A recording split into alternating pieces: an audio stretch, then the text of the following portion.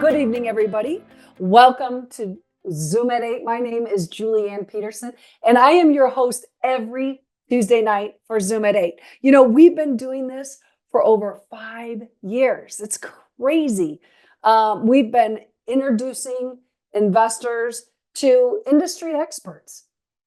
3 nights out of the month, we meet and we introduce you to these industry experts who can help build your business one way or another, whether they're just investors or they have a product or they have a service that they provide. So tonight, I'm excited to meet up with Adrian, who I see all across the nation when I'm out doing conferences. So I'm excited about the conversation we're going to have today.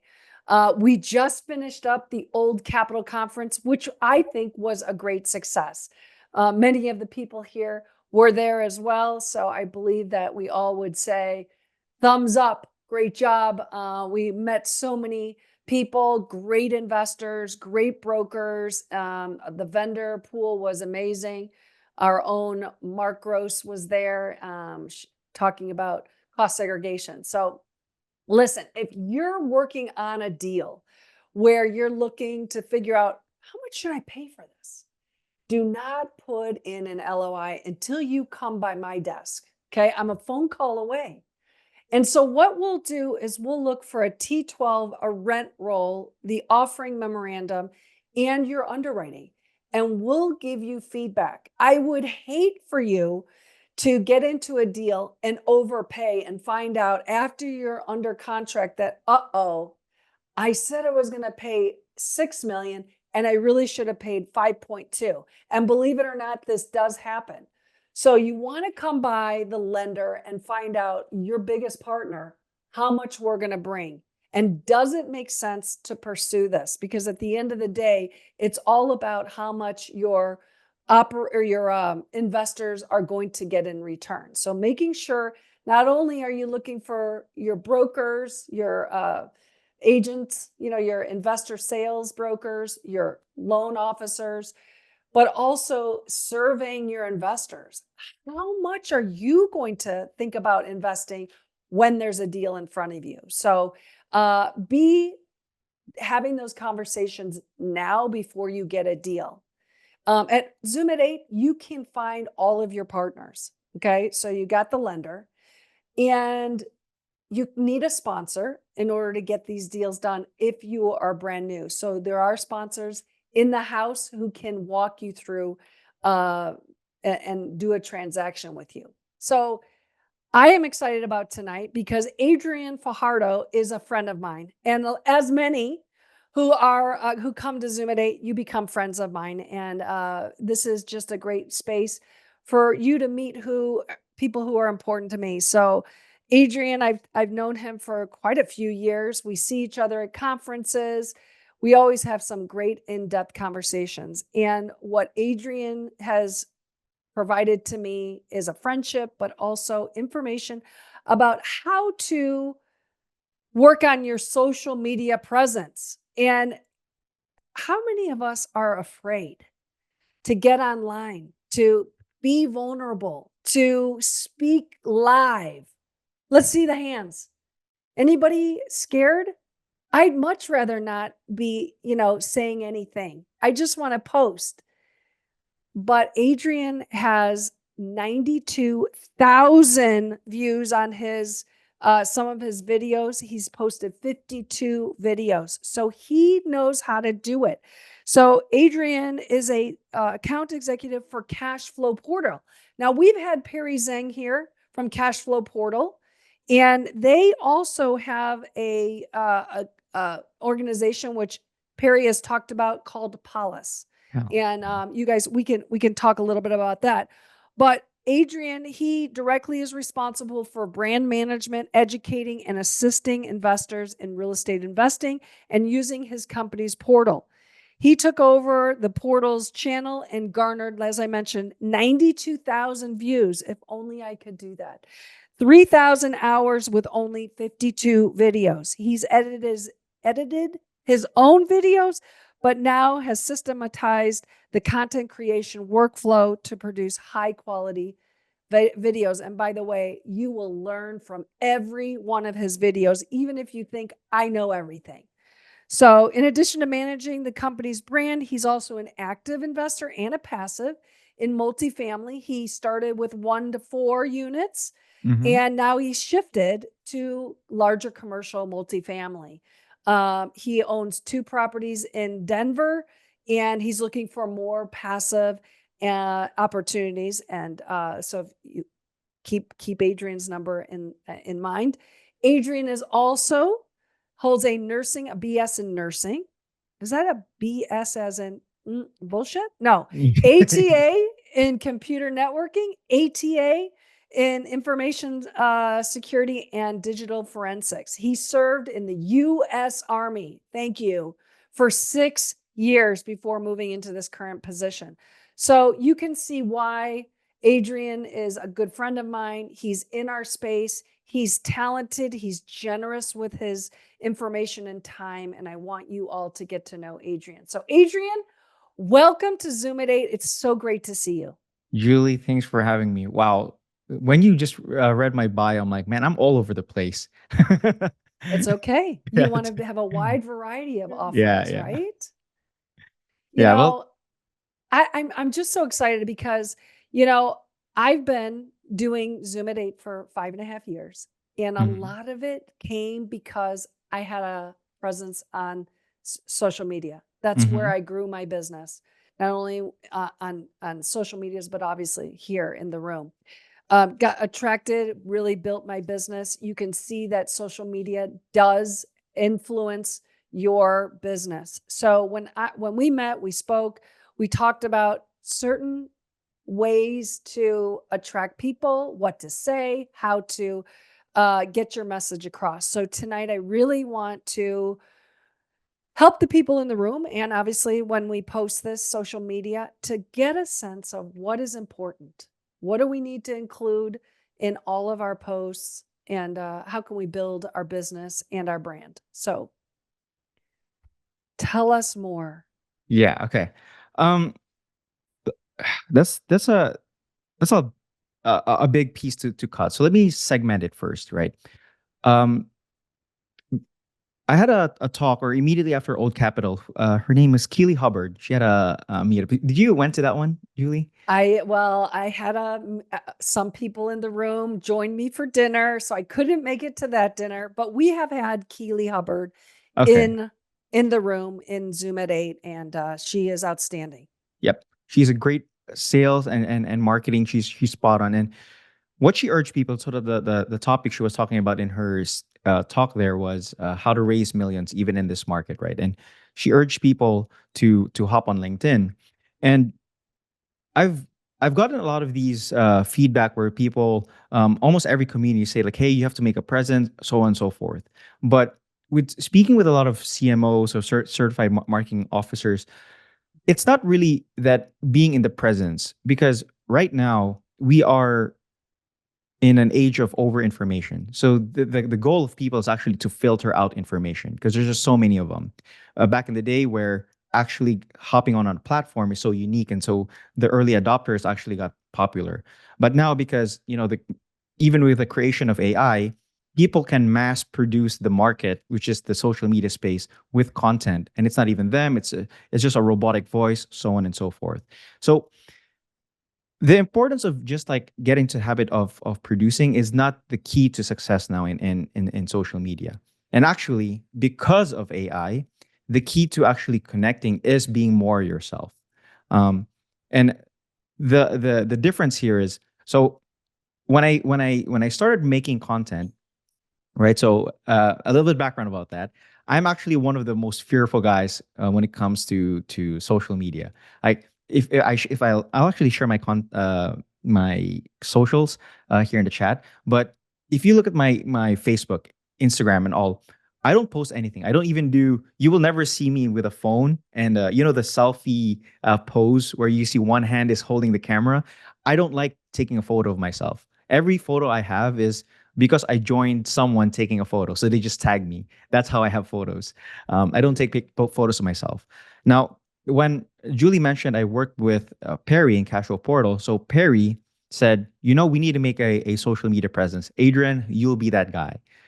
Now, before he made that point, I wasn't with Casual Portal. I actually already thought of making a content because I was in the general partnership space, and um, to gain trust and credibility, you do have to put some sort of content out there. So I put stuff on my Amazon cart, like my camera, my light stand, whatever the materials, like the microphone, and it took over a year before I purchased those items. And that year mark was when Perry said, "You start making our content." It was that bad. So I said, "Okay, someone's holding me accountable. I have no excuses now," and I made the purchase.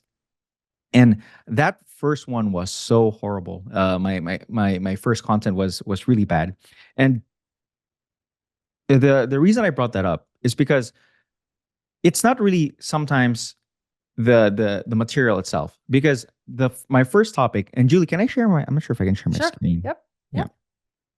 let me share this. Let me see. Share. You all can see my screen, correct?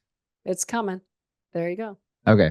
So this video here, this lower left hand side where my mouse is, this is my very first video that I posted.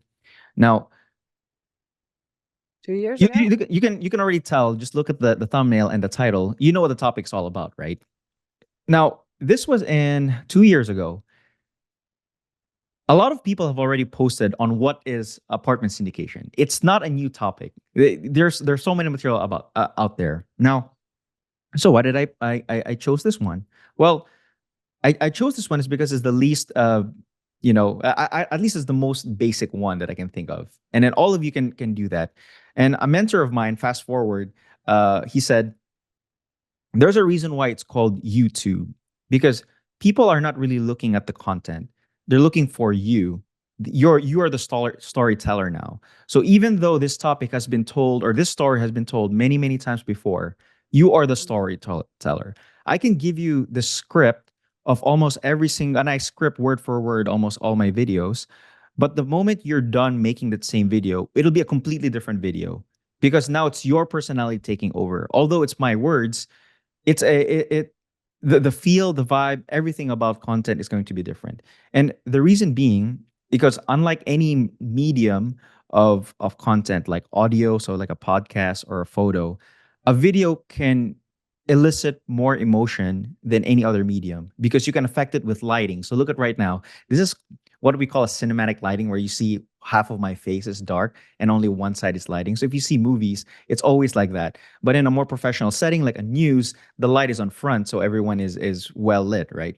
So you can elicit emotion based on sound, transition, lighting. Everything can set a mood, and that is the reason why, or how to stand out in to answer your question, Julie.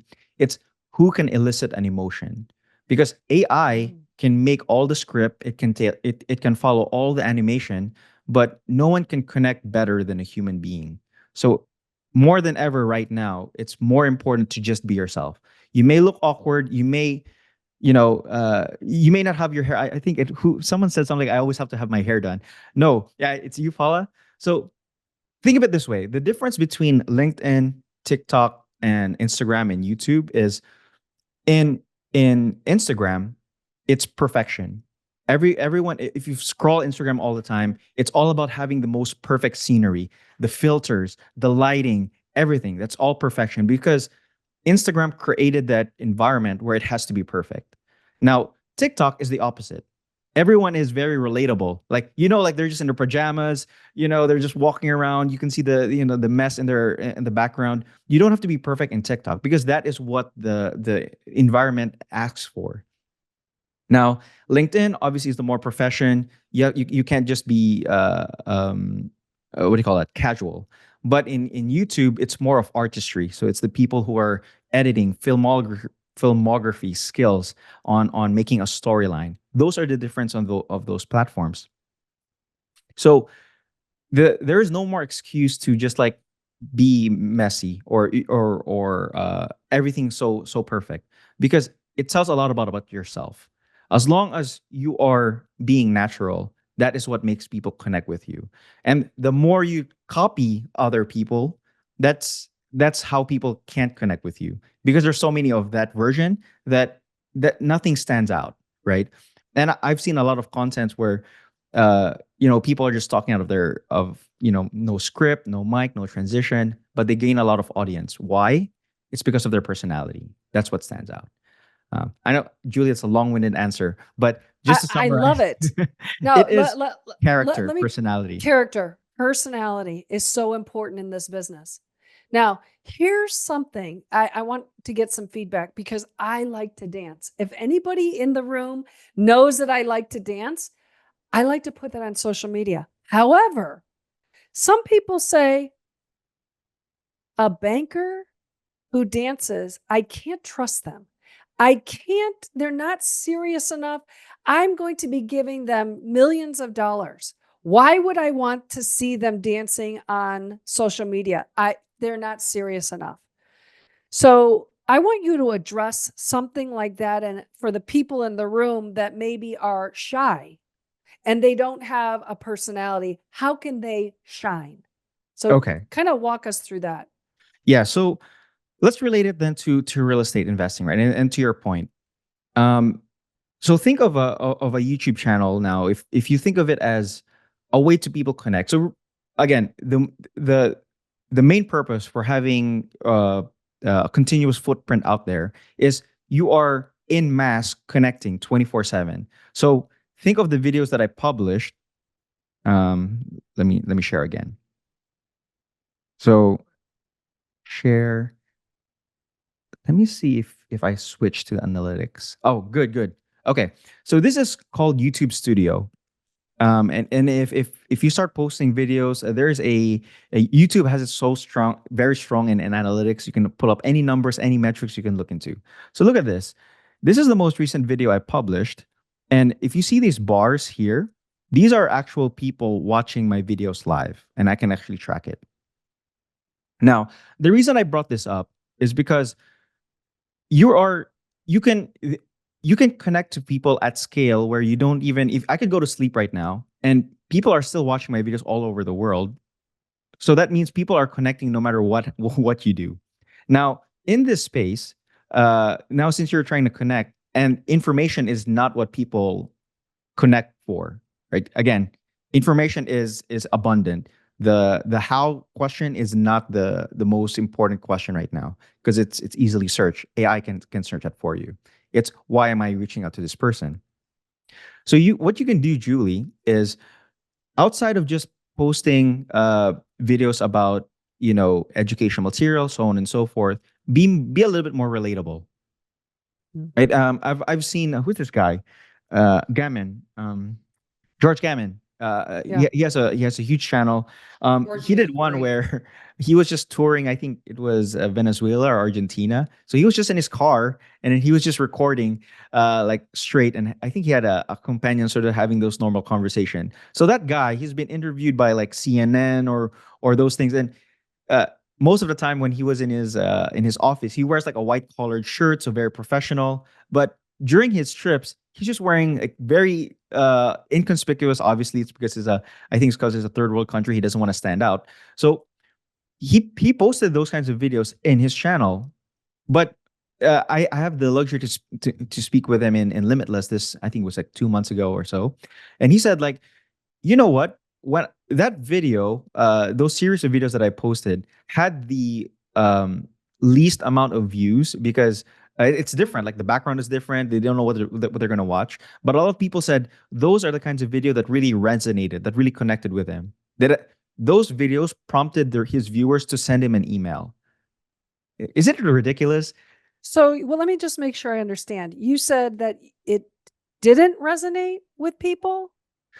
So it didn't gain a lot of views because you know how during the we'll talk about this more later on, but thumbnail is what makes the people click, right? You can have the greatest video, but if it's not wrapped correctly with the right thumbnail, not a lot of people will discover it. So in George Gammon's videos, he doesn't really make a thumbnail. He just YouTube just automatically clips a scene. So when he Yeah. sees when his normal audience sees that he's just in his car, it's just not his normal videos. They don't click on it, so there's not a lot of views. But the ones that viewed it said that that's the one that connected me to him the most, where they Hmm. actually reached out to him. Interesting. Yeah. So Who'd have known? yeah. So for those who are new here, gone are the days where like you have to be like a newscaster where you have to show a persona that you're in real estate. It actually, Yeah. especially in our business when you're capital raising, because these people, they're not investing with the guys at Goldman Sachs or something like that, right? You're just a regular person, and the more that they can resonate with you, it's it's that idea of uh, doing deals in multifamily. A lot of operators are doing the same thing. The method is going to be the same. The building is just going to change.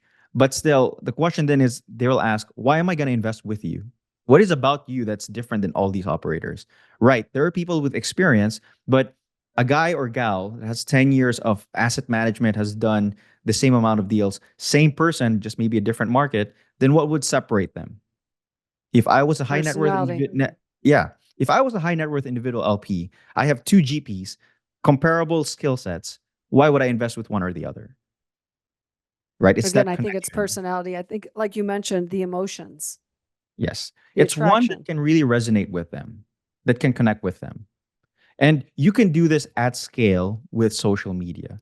Because again, right now we can have this face-to-face conversation. You get to know me. You can ask me any questions. But how can, if I was smart, how can I do this 24/7 where I can just be myself, speak like this, and even though I'm asleep, maybe I'm somewhere else that I couldn't hop on the phone call, someone can just search me online and still say like, this is a real guy. He's, you know, like I can tell that when he speaks, he's yeah, speaking like he's not making things up. He's not trying to sell me something. And when you make content like that, that's what makes them connect with you. Amazing. So, can you give us, let's walk the process. We need to make sure that we have all the tools in our tool belt to start, take this, the first step towards getting ourselves out there. So we have the, our microphone, we have the lights. You're talking about content, and this content you can find across the United States, across the, any of the social media, AI. You can ask them. So walk us through, and do you have a something that you read, and how fast do you have to read that, and inflections in your voice? So kind of walk us through that. I'm very curious. Yeah, yeah, that's a great question. I will tell you guys what I do, but just think this is a bullet point because I think some of you may even be way better than I am. Okay. Now, to answer your question, Julie, yes, I have a teleprompter. I Okay. still script my video word for word. Now, let's take a step back and say, for all of you who's looking to get started, what is the most reasonable or bare minimum? And I love this question because I actually joined a mentorship program that does teach you how to be to make a business out of your social media content, right? It's not just this, just spam the internet, just keep producing. No, this guy is very, very strategic. He's very Mm. successful, and he actually breaks down the actual reasoning why you do this. And he says his analogy was, so I'm not stealing his words here. He says in content creation, there's two ways you can approach it. You can be an architect or an archaeologist. Now, an architect, what they do is they measure, they plan, blueprint before they even strike the first ground, right? They get all the budgeting done, everything, and then they get started. Well, an archaeologist, what they do is they dig here, they don't find any bones. Okay, let's dig here again. They don't find any bones. They keep digging around until they find. So he said that content creation, you should be an archaeologist, not an architect, because you have to get messy first before you can get really, really good. The moment you keep planning, you keep planning. In his program, he actually says to his group that uh, even after a full year of students, about close to like 80, a high 80%, 90%, people who finish his program and still didn't record the first video because they Mm. overanalyze. So, to answer your question, simplify the process. What we have on your pockets right now, think of it this. It's more powerful than the cameras that Alfred Hitchcock used to make his masterpieces. Your phones can record at 4K. So you don't have to overwork it. Actually, the first 25 videos I made was using my mobile phone, and then I promise I'll put the link, but I'll put my social and my information in the chat, and you can check it out. So if you watch the quality of those videos, it's as if it's made by a very high end camera. But now, obviously, my camera is the one I'm using right now is pretty good. But when I get started on my first 20 plus videos, I've rewatched them and I couldn't tell the quality. Maybe if I have a good monitor, high resolution screen, then I can tell the difference that it was a phone or a camera. So use your camera to start. The two most important things that really draws up the quality of a camera is lighting. Actually, I would focus more on your lighting. And Julie, before this call, she says, Adrian, what did you use? Your lighting was pretty good. And let me see if I can pull my camera out. So this is a dedicated key light I have. So this is called a lantern light. The reason I use this light and compared to a dome light is because it's like a teardrop. It actually lights up the background, so it's not too dark. Because the only two lights actually here is Mm. that one here on my upper right shoulder and this lamp. If I just use a sudden light, it's focusing the light in my face, so everything will seem dim. I use this light because I just wanted to light it up. But you don't have to make this fancy light. If you shoot yourself maybe 3 p.m., not too bright, that's a good key light. You only need one light, which we call the key light. So use your phone, use a good light, and most importantly is audio. You can have a bad video, but no one will stand to watch 5 seconds if it has a bad audio. People will focus more on the audio than the video. So I would invest, and it doesn't even have to be a really high end microphone, right? The one I use, I think it's called the Micro Go, Shure Micro Go. It's a very, very small shotgun lamp. You can even do a lavalier. They're about like less than under $20 in a mic. So the key is to have the mic close to your mouth as possible, so it's very legible. Legible. You don't have to buy one of the expensive mics. Julie, you were going to say So let's something? talk. Let's ask because I've got this boom Mm-hmm. and it makes you look like a podcaster. Is Yeah, this something that you would say, don't do that, but more so have it on your collar or on yourself? yeah. I've Better. I've I've had questions like that before, and if you check any of my videos, notice there is really nothing. There, I didn't have a mic, so this one I do have a mic right now, Oh, but okay. um, on my videos I don't use a mic, and the reason being is because on my YouTube videos, I use a lot of hand gestures, and the Yeah. mic just like you might hit it, Yeah. Get right? it. Yeah. And I want a more cleaner look, so it's more of an Yeah. aesthetic thing, but it all accomplishes the same thing, which is capturing a video. Now, for you, Julie, you're doing a podcast, so obviously there possibly be a version of this where it's just audio. So investing in a good microphone is good. But for those of you, if you're just looking at doing a video just getting started, you don't absolutely have to use it. In fact, even your phone's camera is pretty good as long as uh, the acoustics in your area is not too where there's no too much reverberation, so the sound doesn't bounce off the walls. It doesn't make too much echo. That's fine. And actually, what I encourage, if remember earlier when I said the differences of all the social media platforms, um, before, because when I started, TikTok wasn't popular. So what I did was I recorded myself. I just talked on my phone and I didn't post it. Mm. You just have to get to used to talking in front of a camera. I did that a lot until I get comfortable. Now, the next step up on that is why don't you just post it on TikTok? Everyone else is posting horrible videos. I mean, I'm not saying the video is bad, but I'm talking about like it's not prepped, it's not really professional look. Again, what you're just trying to get the hurdle of is getting used to speaking in front of a camera.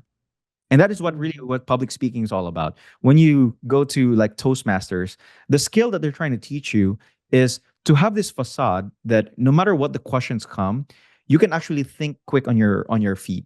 And the only way you can do that is if you're not overthinking, like, oh man, what are these audience thinking about me? Like, what do I look? Do I look messy?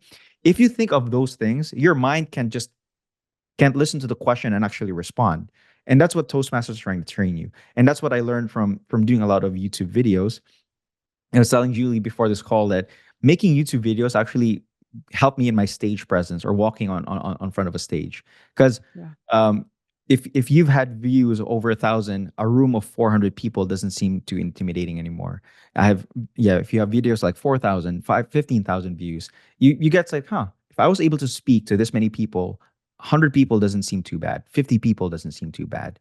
But the the hurdle that I overcome is not the nervousness; it's still there. But I was able to think of my thoughts was thinking freely despite people watching me because of doing content creation. So let me kind of go back. You talk about Instagram being very perfectionist. You got TikTok, which is relatable. You have LinkedIn, which is your professional, and you Yes. have your YouTube, which is a storyline. Can you post the same content to all of those, or do you really need? Because like I post mine to all three. I don't do TikTok, but I do three of those, and I don't do them. I don't change them. Should I be changing them? The The quick information. answer, yeah, if you want to be successful, the answer is yes. You can't Oh, what you're talking about is called repurposing content, right? It's the same yeah. content shot the same way, but producing it up in all of the same platforms. And for that very reason that I mentioned earlier, the people who are watching in certain platforms, they've gotten used to a certain pattern of what catches them. Mm. Again, the key of or what these big multi-billion companies like Netflix, Disney, Amazon, the new gold right now is attention. It's how to capture attention. And that's why they've sunk money into like shows, and advertisements, even sports, right? Like Amazon is trying to get the Thursday Night Football, so on and so forth. It's because it's attention now that's generating revenue, and because of its ads. Now they know that there's a certain kind of audience that wants a certain kind of content. They know their audience very well because of all the data coming in. You have to think like them, right? They have already exposed their strategies. So to answer your question, Julie, if you put the same content, there will be one platform that would actually attain more audiences versus the other because they're not used to that kind or it's not the norm that makes it successful. They're not going to watch it. You can still do it. So, I mean, being omnipresent is not a problem, but to gain attention, it's not going to be as successful. so what I hear you saying is you should choose a couple different. You don't want to do blast all of them because your content needs to be specific for that social media uh, platform. Bingo, So you're correct. you tell us what you're using. You're producing these for YouTube. Do you post that then on Facebook or post it on Instagram? So I really like YouTube. And YouTube is the one I heavily invest in. I actually, well, yeah, sometimes we post in TikTok, sometimes we post in LinkedIn, but most of the time we post it on YouTube and not no in Instagram, um, Mm.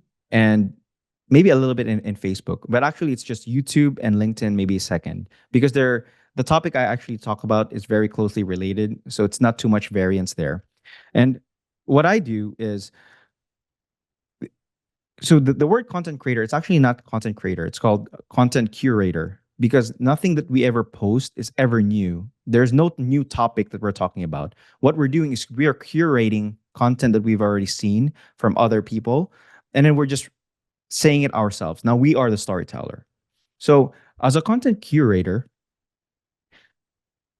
I've watched certain contents now that I know what would gain attention, or know that I Mm. would gain the viewer's attention. So I'll share my screen again, and then this this video here. This is the most recent one I made. So it's 1,400 views. It says home ownership is the ultimate TikTok made me do it. Now you're wondering, uh, Man, I should have started. So this is actually Pallas's YouTube channel, and then we change it to mine because people Mm, connect more to a person than a company. That's a good tip, by the yeah. way. Good Um, point. Yeah. no, like no one really stands or remembers Cardon Capital, but no people know Grant. So people will connect more to the human than the business. So Good point. we changed the image of the channel just to make it me so that people can resonate more. Now, the first few topics you notice it was about commercial real estate investing, right? So even Perry talked about like debt. We talked about 506Cs, all the topic about commercial real estate. Now, notice that the thumbnails change. Like you can actually see the transition, right? From this very Hmm. standard way of making it, and you keep going up, keep going up. Now it's gotten the quality's gotten better until now. It's Hmm. there's now a certain standard. So the reason why we transition this way is because um, there's a certain audience where in capital raising or people looking to invest, what they're really chasing is just returns. It's not really the building. It's not really the multifamily, right? It's what they get out of investing in Hmm. multifamily. It's the 2x equity multiple. It's the taxes, all Hmm. in this and that. So I realized that if I hammered out on like if we talk about cost seg, depreciation and all that, no one is gonna click on that video. But if Hmm. I talk about how how much money or their life will change, or like think about your vacation if you do this, how much money you get to keep, and then obviously I'm squeezing in multifamily. Now, notice I didn't clickbait. I didn't say that, um, you know, this is the video and it's a completely different thing. A clickbait is just like you didn't fulfill the promise from the thumbnail and the title. The content of the video didn't match Hmm. what you said you were going to do. All I did really was I reframed it, and that is what content creation taught me. Now, to answer your question again, why did I pick YouTube instead of all the other format? Now, remember, in this day and age, people realize that creating content is the thing, right? But for lack of a better term, they're lazy about doing it, where they just record them and then publish, record, publish, record, publish. And there's to a point where you need to do that, just get comfortable. But after a while, you have to get better. If you're comfortable already that you can talk in front of a camera, you need to improve your content. No, you can't say I deserve to get views, right? You have to earn the click. Just because you put something Hmm. out there doesn't mean people should watch your thing. So you have to learn what is going to make this person watch my video. And this is where I've seen people stagnate. They keep pushing, but they really didn't dive deeper on their content on what would make it more attractive. So the reason why I picked YouTube is because I can stand out by making a better edit. Because I'll just play a little bit. Let me mute this. So you don't have to see the transition. But oh, by the way, Julie and I use the same editor. Hey, Paul. So Thankfully, yeah, thankfully. thankfully, right? But if you look at this quality, this is how I stand out because I not only know what to say, what to edit, or how to add a transition.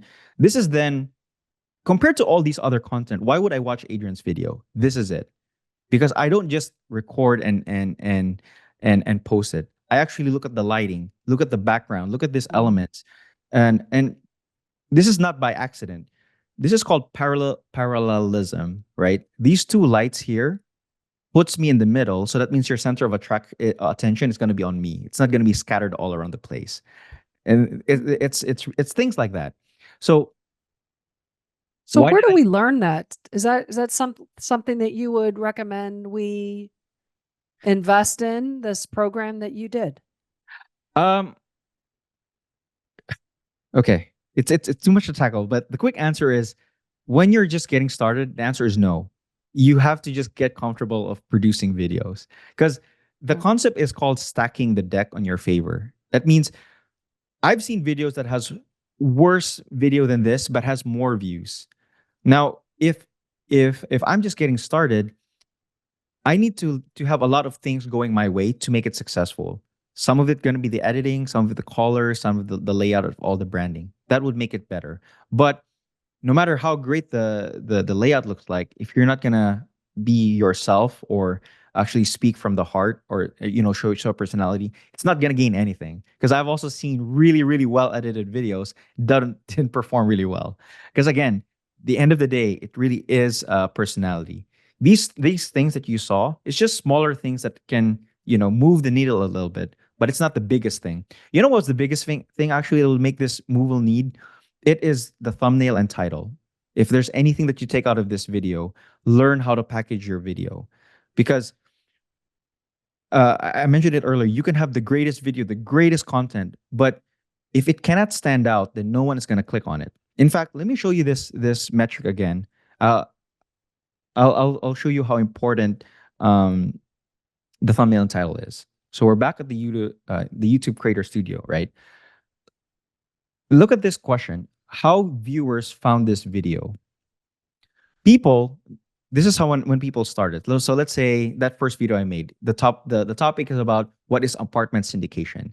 The title will be how to invest, or like what is commercial real estate, or how to invest in commercial real estate, right? It's very basic. That kind of titling is what we call search-based title. That means someone who's going to go to YouTube or Google search will type how to invest in commercial real estate. So you're hoping your video will be found because they type the word how to invest in commercial real estate investing. But if you look at this video, look at if I hover, okay. So the highest of where people are finding my videos, 94.8% is from YouTube recommendation. And there's two areas. One is in the YouTube home. So the moment you land on YouTube, that is what YouTube home is. You see the red square boxes. And then the next is up next, which is on the right hand side if you're currently watching a video. But for me, that's only 0.7%. 94% of the viewers, that's 1,400 people. I don't know, Julie, if you can remember in the top of your mind the number of attendees who went to Old Capitol, but you can fathom 1,400 people, right? These are people with family. These are people with ambitions and goals. Watch this video, and 94% of them saw my video through YouTube Home. The only reason why this video was seen is when you go to YouTube Home. Oh wait, let's do YouTube. You are competing with some of the better YouTube content creators. That means your thumbnail should stand out. If you didn't do any good, then people will just scroll past it and click another video. And that's the reason why so this is the attention span of people. First, they will look at Yeah. what image caught their attention. Once they caught their attention, the nail in the coffin that would make them click is the title. So the first thing that will catch their eyes is the image, and then they'll read the title. And then when you nail those two things really well, then they'll click on it. And then actually there's a third component, which is called the hook. And Yeah. how important is the hook? Well, let's see. So I'm curious, and I Yes. think our audience is curious. How do you come up with the title, Ah, with the image and the hook? How does who okay. does that for you? Do you do it yourself? Is that your content person who we use? What how does that work? Yes, yes. Um, let me just address the hook, then I'll answer the question. Right. So this is the analytics for just that one video. If I scroll further, this is how YouTube creators know even how important that this analytic is. You see this blue color Mhm. here. So this is the attention span of uh, the viewers. So when they hop on, a lot of people got excited, and then they're like slowly dozing off. Like, see this Ah. mark, 32 seconds. 63% of the people who click this video remained in the first 30 seconds. And then look at what this is YouTube. This is not me. It says 63 of the viewers are still watching at around the 30-second mark. They've already, I mean, millions and millions, I forgot the number of content is uploaded in an hourly basis in YouTube. And the pattern they know is that if an audience watch or stays after the first 30 seconds, they will eventually watch the entire video, right? It's like if you watch a movie and then even though it's like a horrible movie, it's like, I'm already halfway there. I might as well just finish it. So it's kind of like this, but in a shorter version of the Mm. case. If they saw the thumbnail, it was great. The title nailed it. Now they click on it. The next 30 seconds of your of that video should close the deal. That means they can't escape anymore. Then that they should they'll eventually watch the entire video. This is the basis of how I know if the video performed well or not. So to answer your question, how did I think of the thumbnail and title? Actually, let me. Are you still seeing my screen? Is it now Yes. the Google Doc? Okay, I'm Yeah. actually making video number 53. So this is the next video I'm looking to perform. The first two things I actually nail before I even make the script was the thumb. The actually it's going to be the topic. Then the number two will be thumbnail, and then the title. It's that important. Before, on my Mm. first 20 plus videos, what I did is I record the entire video, and while it's uploading, because it'll take maybe because it's a big video, that's when I think about the title and thumbnail, which is wrong. The guy that Mm. I told you, his name is Ali Abdal, uh, very very big content creator. He's like the foremost guy in productivity. Anyway, he says that is actually the wrong way to produce video. The biggest YouTubers on the planet, they think first of the title and thumbnail before they even hit the record button. So now I changed my whole concept, and that's why you saw the transition of the thumbnails. The thumbnails got better, the titles got better. Now, to answer your question, how I figured it out, to be a good content creator, you have to be a good content consumer. So what I did was first I thought about the concept. So then my next YouTube video is all about me reacting to real estate advice on TikTok. So I've already scrubbed several. You're seeing my creation process Mm. right now. So I've already scrubbed a couple of videos that I'm gonna react to, and I put the bullet points. I'll eventually write the exact script. Now, what I do is because there's already content out there's very very few that when you produce a content you're the very first one who produced that. Someone has already done it. So what I want to see if there's desire, like what is it about this video that made people click on it. So I will see patterns of the thumbnail and also the title, because again it's a combination. The what the worst thing people will do is they will put the title in the thumbnail. No, that's wasted real estate. You have a picture that can speak 1,000 words. Your title should complement the thumbnail. So don't repeat the title in your thumbnail. Say something different. So I researched several YouTube videos first, see what was what stood out, and then I make a mix. I see a different pattern on what makes the thumbnail and the title stand out. There is a good newsletter. I think it's called Creator Hooks. Mm. I urge people to they have a newsletter. It's free. So what they do is every I can't remember. I think it's every day, but they send you an email of a combination of title and thumbnail, and they break down in psychology what made this. Why is this very not clickbaity, but why would people want to click on this? Because again, all of this is just it's actually just wiring the psychology of human beings, right? So, for instance, I'll give you a perfect example. The I first mean, thing, we've got about 5 more minutes, and then we're um, gonna have to okay, wrap it up. yeah, yeah, okay. I'll say this once, and then Julie, I'll let you take over. Where's my okay? Your channel. The first thing people will look for when they see or images, it's actually the most familiar thing, which is another human being. And that's why I try as much as possible. This original photo, I actually edited a little bit to make my eyes and face pop out. So especially like this one, it's like really white. Mm. That means on this video, there's one thing, the focal point the eyes will see. It is another human being, which is my eyes. And you don't want to make it really busy, because if you do that, then again, people's attention span is very, very small. They need something that would anchor their vision right away. So one is a human being. It's the eyes. Now, Mm. there should only be three elements in the image where it doesn't make it too again too busy, which is the face, the text, and the background. Just those three things. And if you look at almost every single one of my thumbnails, it always follows that pattern.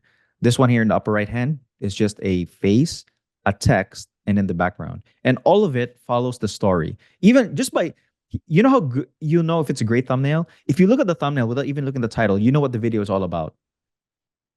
So if I look at this upper right hand Mm. side, I can tell that people are drowning in debt.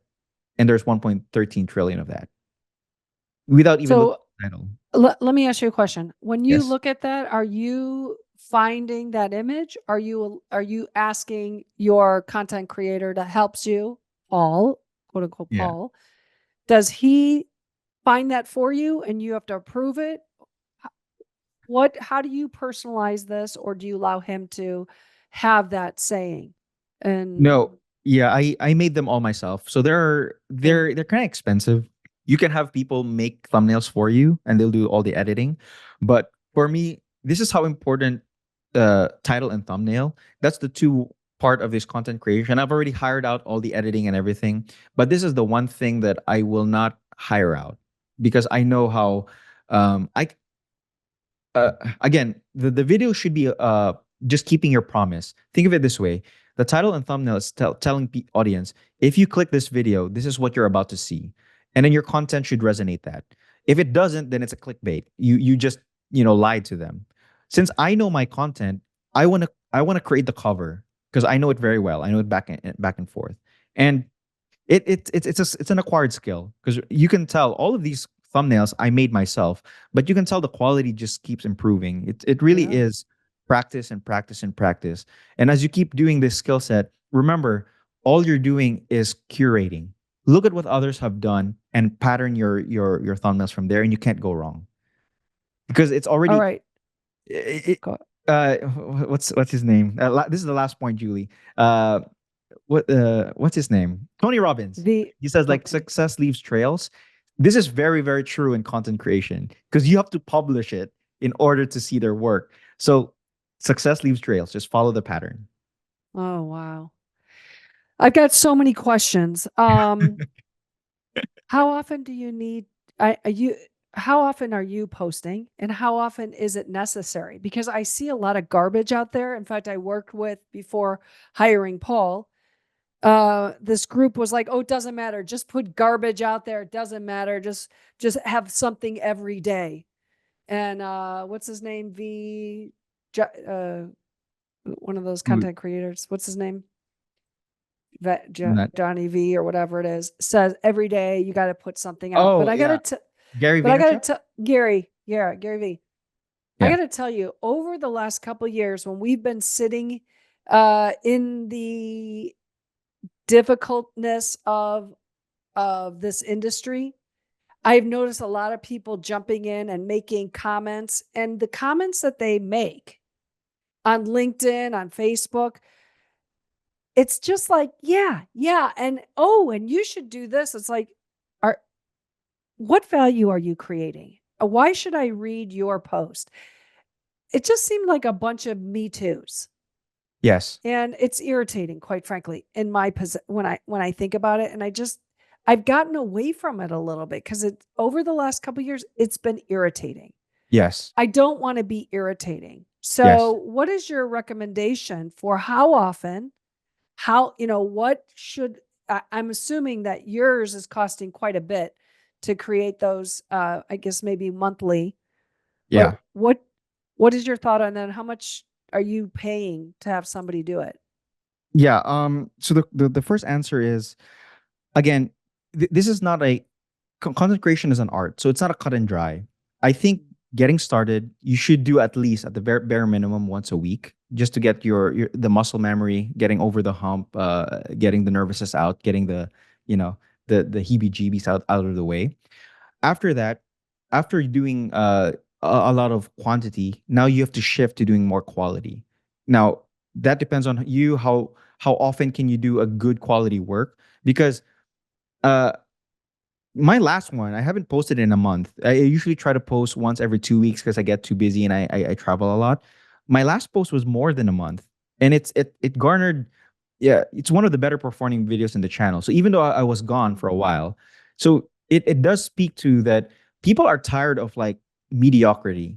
People want Mm, quality, right? And not just I'm not just yeah. talking about the nice editing. No, did you thought about your message? Like if you were able to Mm. sit in this video, in your own video, did it elicit an emotion? Like the version of you before you saw the video and the version of you after the video, did you gain something? Did you make that person smile? That's a better question. Did you make that person smile? If not, then why make that content? If if your job is just to shove content down people's throat, they're not going to watch it. The law of supply and demand still follows in this content creation. So if you flood the market, you have an abundant supply. Your value is down.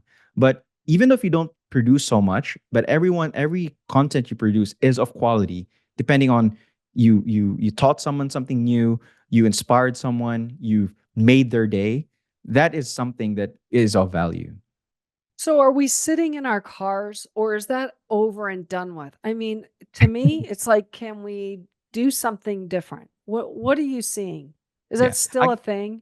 Again, platform dictates that. In TikTok, that's the norm. That's fine. You can keep doing that, but not unless think of it this way: you could either just do straight up recording and then just talk.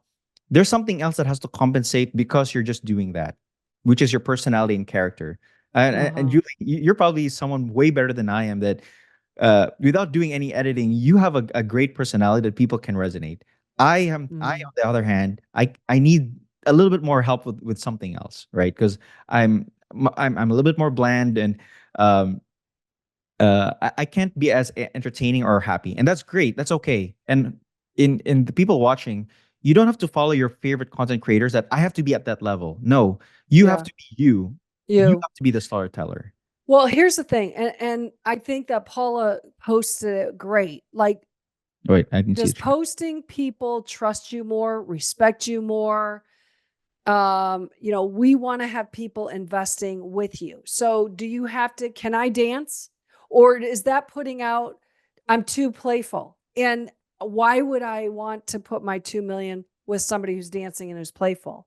Or is that like, how do you know if it's the right mix or the right, if you're attracting the right, how does that feedback come in dollars? Yeah, yeah, great question. So one of our customers, he's a big journal partner, and what he uses in Cashflow Portal is we have a CRM, and he taught me that. So he posts content, and when people subscribe in his mailing list, so on and so forth, what he sends in his email is it's funny. So the first few ones is updates about his deal, and then in the bottom he says, "Oh, by the way, because he's into electric cars, I just went from I think he did a cross country using his Tesla." And then you Oh, can see that the topic changed, right? He was talking about the progress of his deals, but in the end, he had like photos of him, like he was in a charging. I don't know. He's in the middle of nowhere. He's charging his vehicle, and then he just giving up people update like, oh, by the way, did you know the Tesla can run X amount of miles if you do this? So, oh, and those are the things that why people come back to him because they resonate that he's just also an average person just like you. He's not just yeah. someone who's trying to make a quick buck and trying to just acquire more and more deals. Those are the things that imagine as an LP, you get probably a lot of quarterly reports. We closed again. Congratulations. Yes, yes. How many of those emails have you received, right? What would make that GP team stand out? Now, this guy was smart. He was like, okay, let's be a little bit more professional, but here in the end, here's me. Here's the real me. Mm. So the Okay, so here's yeah, where I have a hard time. yeah. I got people doing workouts. They're wearing short, low cut tops, and we're working out, and we're doing videos like that. And I think, oh, and look at look at the property I just closed on. To me, that is a turnoff. I'm like, that is crossing the line. Put Yeah. on some clothes, look respectful, draw in professionals, close this deal. Yep. But there's so many people that do all different kinds of videos that it attracts. So I think the thing that is the struggle with all content is we just don't know what you do and how it resonates with those that are you're doing. Like, that's why there's so many people that are going into digital marketing and you're like, Yeah. well, what have you done for people? And they're like, well, I don't know if it worked or Yeah. not. Yeah. And here's you the answer to know? that, Julie. The problem in our space right now is people trying to satisfy everyone's opinion. No, Mm, the cliche line, the niches are in the riches are in the niches, right? yeah. If you're yourself, you will attract the very same people who will admire that. There will people who will hate you for what you do, but that's okay. Those are the people you don't want to do business anyway. You want people who will appreciate you for who you are. So it's funny because the guy Ali Abdal, he says the best thing you can do in when you produce content is if you the sooner you can show your true self, the faster that your tribe will find you. Because if you try to put on this facade that Mm. I'm like one of these gangs here, then again you're back at square zero. Where You're why not would authentic. yeah, or why will I go for you when there's another version of you, somebody else there? The moment you can be your real self, yes, people will not like it. There's someone who will think you're unprofessional, sure, Yeah. but there's someone who says, "Ha, there's someone like me, and I'm gonna invest every single dollar with that person because they know what I'm going through." Try not to impress everyone. That's the main point. There's a group of people out there, and it's this is the greatest lesson I learned in YouTube. There's a video about underwater weaving basket. That video has Yeah, underwater basket weaving. Yeah. weaving over millions of views, and you couldn't even think in the world how many people would be interested in something like that. But I mean, the proof is right there. You can't deny the views. There are a lot of people who are interested, but it's so niche, so unique. Again, don't be like everyone else. Be you, and they will find you. I love that. Your tribe will find you. I love that. Adrian, if somebody wanted to reach out to you to ask more tips and tricks and get some more information from you, how would they do that? What would be Yeah, your I recommendation? I did put my email. I mean that's actually even my cell, so you can text me if you want to. Um, So the yeah. people that are watching this later, they don't get the chat. Oh, they So don't. Oh, how would they reach you? yeah. That's a good point. I'll just say my email. I guess the email's the best. Adrian at Yeah. casualportal.com. Um, and even in my in the YouTube channel in the description of the videos, I put a way to reach out to me. So my socials are there. My email is there. So check out my channel if you're curious. I love your content. I've told you that before. It is so chock full of information and creative, and you guys really need to go look at his videos, Adrian's videos, because you will learn something. If you think you know everything, go to the videos and go, "Oh my gosh, I love the way that you presented that." And the short videos, the pictures, like you've got you speaking. It's just it's so professional. So, No, uh I appreciate Julie. yeah, it's great. All right, let's open it up real quick. Does anybody have a question? I don't know, Cody, do I want their money if I can be a human? Can I mean, if you you can't be a human, my bad. Oh, Uh, Do I want their money gotcha. if I can't be a human? That was my right. statement there. I kind of Yeah, typed it too fast, probably. yeah. Anybody have a question? I mean, again, it's hard to know monetize it, right? I spend thousands of dollars on my content every year, and I cannot say, did this cause me to close a deal?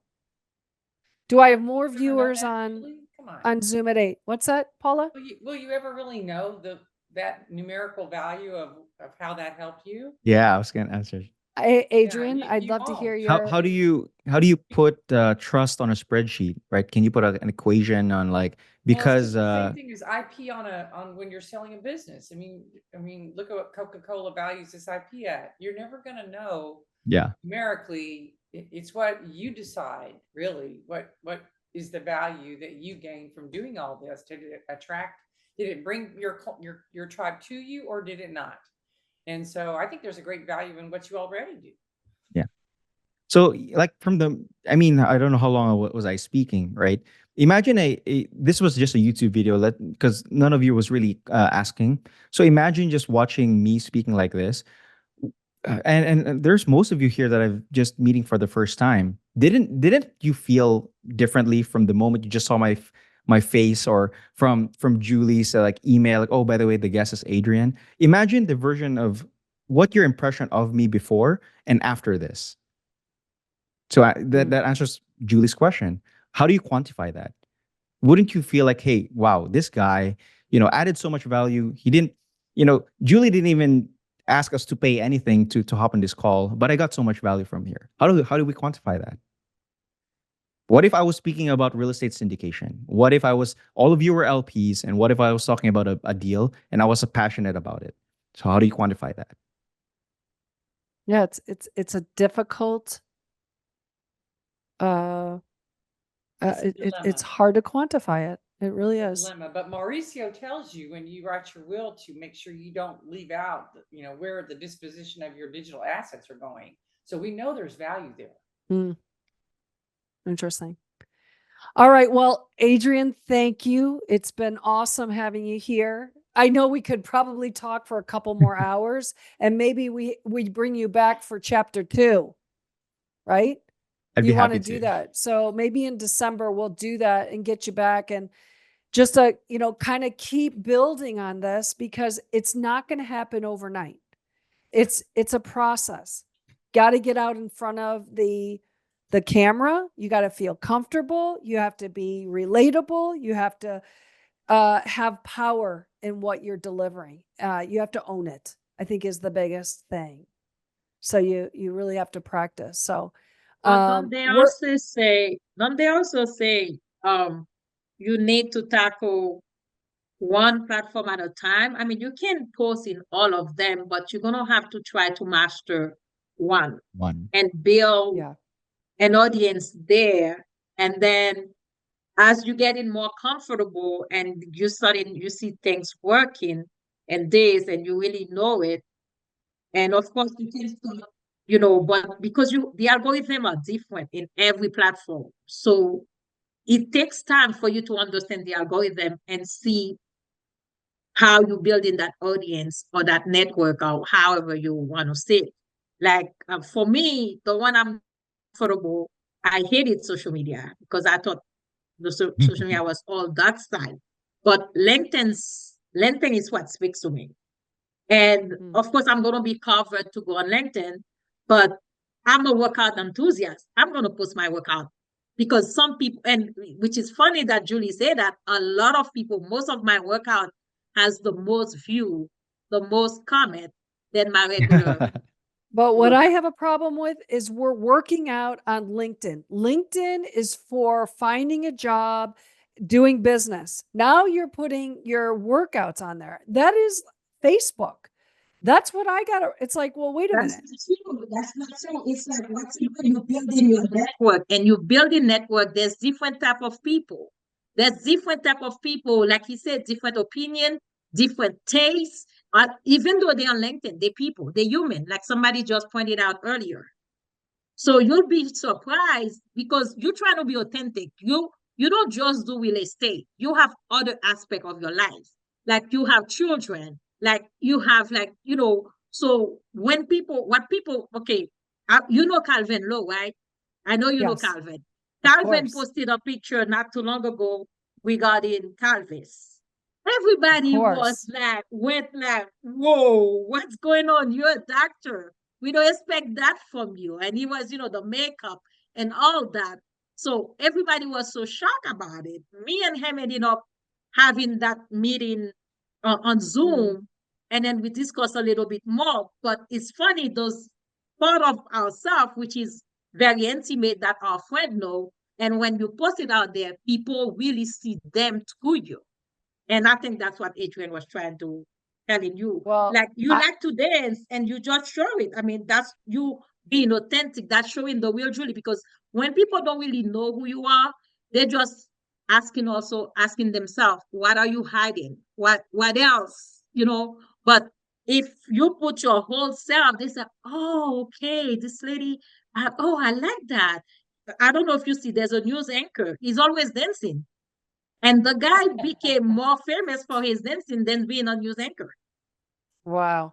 Adrian, maybe this is something that we need to dig into the next time, is to really identify each of those platforms. I think, we talked about it, but I really do want, and you probably have the data to support, like what does work on LinkedIn, what doesn't work on LinkedIn, like my husband, and then we'll wrap this up. My husband will not connect on LinkedIn with anybody he doesn't know. So if you reach out to him, if he doesn't know you, you're not getting access to his people. Yeah. Where other people are like, no, come on in, more the merrier. Yeah. So Yeah. it's very flimsy. It's not like, I think before everybody was doing it for a job, and now it's just kind of changed the rules. Julie, I have a question. Just last question. Is that okay? Yeah. Adrian, how long will it take you? Did it take you to get to? I think you have 1,000 viewers. I'm watching one of your videos, a couple of videos. I think you have 1,000 subscribers. So how would it take you? How did it take you from 0 to 1,000? How long you been doing this for? Yeah, so I think that was 2 years ago from my first video. Now, again, this is based on 52 videos. So the, there really is a point where quantity and quality will meet. So the question is, how many videos would it take for you to improve the quality of your video? That's actually a better question. Because if I was posting maybe every day or twice a week, that quality will probably improve faster. But because I'm posting it so rare, not often, it took me a while before I get to the quality where it actually gained that kind of views. Okay, thank you. Yeah. And again, all of us are different. All of us are maybe more personable. So some of us are comfortable in front of a camera. It might not take that many videos to get to that point. Sorry, Julie, go ahead. You had a point. I don't know. It's just all amazing to me. And it's like, to quantify it is so challenging. We have a budget to use for our content. Does it need to be 500 a month? Does it need to be 2,500 a month? I think that's what everybody needs to kind of figure out. What works for you, and what that content, how does it turn into sales? Because to sum it up, and this is also answering both. I think Susie, is that how you say your name? Suze, yeah. It's when you pick any of the platform, the skill. I'm not just doing it just to post, right?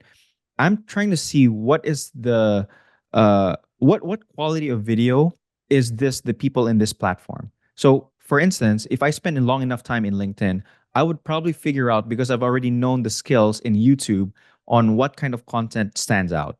Now, the reason, Julie, why that phenomenon is happening in LinkedIn is because, remember, it's about what catches attention. So LinkedIn had this persona of like being professional, while people are going against the norm and doing something that stands out, which is different. Now, is that good or bad? Time will tell, right?